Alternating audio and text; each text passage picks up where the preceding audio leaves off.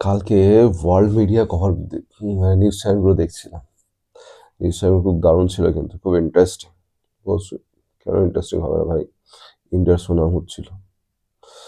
কিসের সুনাম দেখো, ইন্ডিয়াতে মেসি গেছে যেমন অন্যান্য জায়গায় যায়, কিন্তু ইন্ডিয়াতে গেছে স্পেশালি। ইন্ডিয়ার মানুষের সিভিক সেন্স খুব ভালো, ইন্ডিয়ার মানুষের পলিটিশিয়ানরা খুব ভালো, ঠিক আছে। ইন্ডিয়ানরা নিজেদের স্টেডিয়ামকে খুব ভালোবাসে। তার রিপ্রেজেন্টেশন কালকে হয়েছে, গতকাল হয়েছে। ওরা তো আর ইন্ডিয়ান বলতে গেলে ও তো বাইরে থেকে দেখছে, তো ইন্ডিয়ার কোন স্টেটে হলো কি হলো সেটা দেখতে যায় না, ঠিক আছে। ওরা ওই ইন্ডিয়াতে গেছে মানে ওভারঅল ইন্ডিয়ায় দেখে। এটা সব জায়গায়, আমেরিকায় যদি কোথাও ক্যালিফোর্নিয়াতে হয় বা কোনো কিছুতে হয়, আমরা আমেরিকা হিসাবে দেখি, তো ওরাও ঠিক। তো তো সাউথ আমেরিকার লোকজন ক্রিটিসাইজও করছিল, সেটাও শুনছিল, ভালোই লাগছিল। তার প্লাস ওনার নিউজ চ্যানেলও বলছিল, খুবই ভালো লাগছিল যে আচ্ছা, দারুণ হচ্ছে তাহলে ব্যাপার স্যাপার।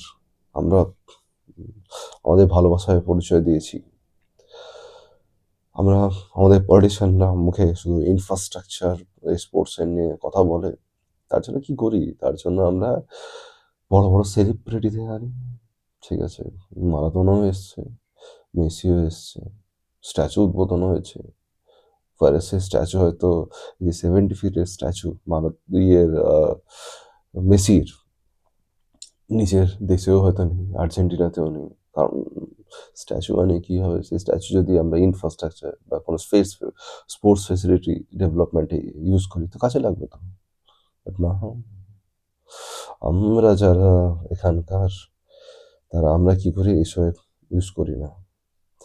স্পেশালি বেঙ্গলের কথা বলছি আমি। অ্যাজ এ বাঙালি হিসাবে অন্যান্য স্টেটের ব্যাপারে বলতে চাই না, বলে লাভ নেই। কারণ চ্যারিটি বিগিনস এট হোম। নিজের রাজ্যকে দেখো, তারপরে অন্যান্য স্টেটকে তুমি দেখবে, তার ওভারঅল ইন্ডিয়া সেট আপ হয়। তো আমি কি করলাম, আচ্ছা তুমি আমাদের স্টেটে এসছো, আমাদের স্টেট, আমরা হচ্ছি ফুটবলের মক্কা, কলকাতাকে বলা হয়। তো আমরা সেটা রেসপেক্টে আমরা স্ট্যাচু উদ্বোধন করি। আমরা স্পোর্টস পারপাসে ইউজ করি না। আমাদের সেই একটাই যুবভারতী ক্রীড়াঙ্গন ছিল, একটাই ইডেন গার্ডেন আছে। আমরা সেই সমতুল্য লেভেলে বা তার থেকে বেটার ইনফ্রাস্ট্রাকচার লেভেলে কোনো স্টেডিয়াম গড়েই তুলতে পারিনি। আর আমাদের বেঙ্গলে শুধু কলকাতাতেই আছে, আর অন্যান্য জেলাগুলোতে নেই, নেই এরকম তো স্টেডিয়াম নেই। একটাই ওয়ান অ্যান্ড অনলি।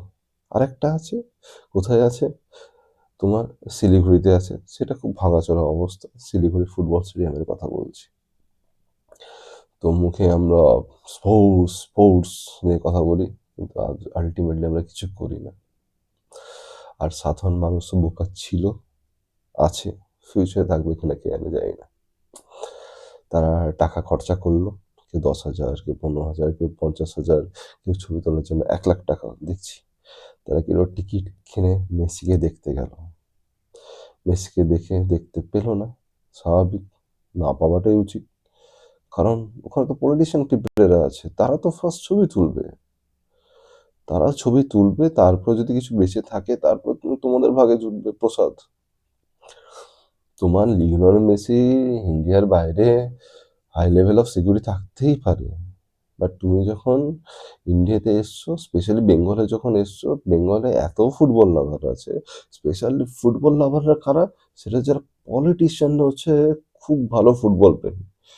তারা ফুটবলের জন্য নিজের, মানে নিজের মরা, নিজের জীবন পর্যন্ত দিয়ে দিতে রাজি আছে। তারা ফুটবলকে এত ভালোবাসে। সেই জন্য তো বেঙ্গল ফুটবলের ডেভেলপমেন্ট কোথায়? কোথায়? আগে ইন্ডিয়ান ফুটবলে কয়েকটা বাঙালি খেলতো, এখন তো সেটাও দেখতে পাওয়া যায় না, গোনা একটা কি দুটো। তো এইদিকে না, এইদিকে আমরা ফুটবল ফুটবল নিয়ে লাফালাফি করি, আর এইদিকে ফুটবলের জন্য কিছুই করি না। তো যেটা বলছিলাম, সো পলিটিশিয়ান ফুটবলাররা প্রচুর আছে, তারা ছবি সবার ফার্স্টে তুলবে, তারপর যদি বেঁচে থাকে ওই সাধারণ মানুষের ভাগ্যে জুটবে। তো মেসি সিকিউরিটি গার্ড বুঝতে পেরে গেছে, ভাই এ তো খুব চাপের জিনিস, এখানে তোমাকে পিঁপড়ের মতো ধরে রেখেছে, ঠিক আছে, তুমি সাধারণ মানুষের জন্য নয়, তুমি শুধু পলিটিশিয়ানদের জন্য ওরা ছবি তুলবে, একটা কাজ করো বাবু, তুমি এখানে বেশিক্ষণ থেকো না, চলো তাড়াতাড়ি বেরিয়েছে। স্বাভাবিক, একটা একটা সেফটি কনসার্ন তো থাকতেই পারে, সেই জন্য বেরিয়ে গেছে। এবার আমরা উম, যারা সাধারণ মানুষ, আমরা রাগের বহিঃপ্রকাশ করেছি যে ভাই, উম, এত টাকা খরচা করে এলাম কিন্তু দেখতেই পেলাম না, চলো আমরা স্টেডিয়ামটাকে ভাঙচুর করি, চেয়ার টেবিল ভেঙে দিই, ঠিক আছে, আমরা কার্পেট তুলে নিয়ে চলে যাই, আমরা বার পোস্টে নেট ছেড়ে দিই, ঠিক আছে, খুব ভালো খুব ভালো। বা আমাদের সিভিক সেন্স আছে না, আমাদের সিভিক সেন্সের পরিচয় দিতে হবে তো। এমনিতে তো আমাদের India fourth largest economy, third largest economy, যাই হোক না কেন, সিভিক সেন্স আমরা নাম্বার ওয়ানে আছি, থাকবো, এবং ভবিষ্যতে কে জানে। তো সেই সিভিক সেন্সের পরিচয় দিতে হবে তো। তো সেটাই হয়েছে, গতকাল পরিচয় হয়েছে তার, ঠিক আছে। ওয়ারেস সেম ইনসিডেন্ট কাইন্ড অফ চায়নাতেও হয়েছিল কিছুদিন আগে, চায়নাতেও মেসি গেছিল, চায়নাতেও মেসি ফুটবল খেলেনি, ওখানকার মানুষজনের খুব রাগ হয়েছে, তারা কি করেছে, এদের স্টেডিয়াম কিন্তু ভাঙেনি ভাই, তারা স্টেডিয়াম ভাঙেনি, তারা কি করেছে, সোশ্যাল মিডিয়াতে প্রচুর পোস্ট করেছে, নিজের রাগ ক্ষোভ ওখানে উগরে দিয়েছে। লাস্টে মেসি কি হলো, মেসি সোশ্যাল মিডিয়াতে এলো, বললো যে আমার সার্টেন রিজন, বললো যে আমি এই কারণে খেলিনি, ঠিক আছে, হলো। কিন্তু আমরা সেটা করিনি। আমাদের তো সেই আমাদের আমাদের তো পরিচয় দিতে হবে, তাই না? যাই হোক, খুবই ভালো, খুবই ভালো জিনিস হয়েছে, ঠিক আছে।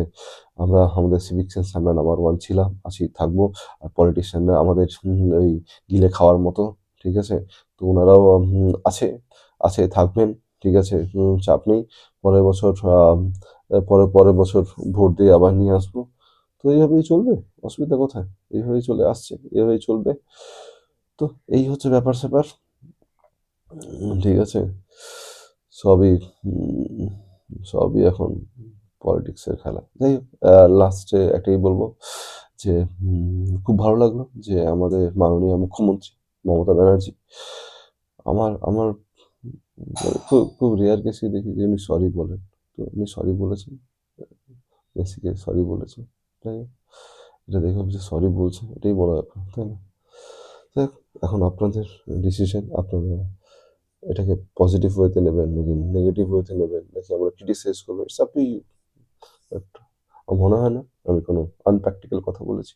Thank you.